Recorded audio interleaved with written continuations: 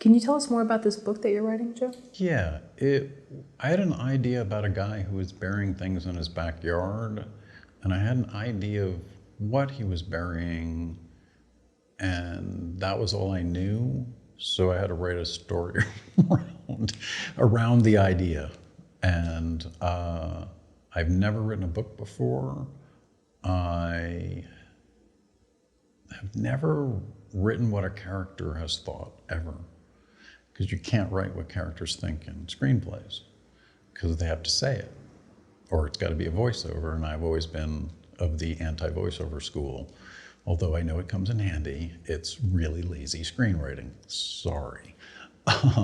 But to being able to get in the head of a character and be able to like essentially be in the middle of what would be a scene, and then jumping into this giant sort of exposition flashback thing and then go right back into the scene afterwards, that's really hard to do on screen like that.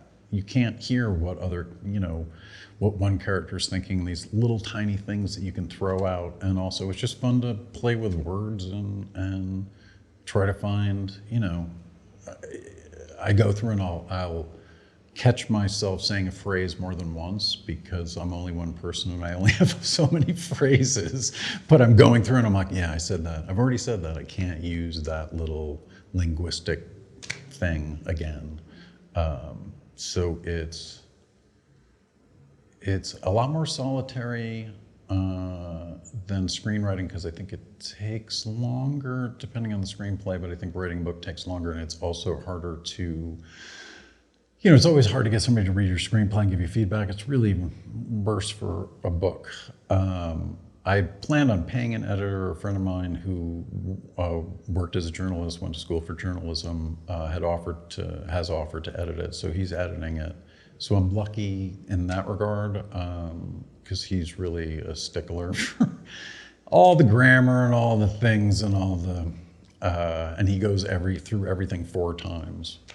Until he finds it. But the graphic novel I'll put out next month, I guess, at the rate it's going, and then I'll put the book out next year, 2020, I'm guessing, unless something. I'll put the book out in 2020 unless something changes, and things always change.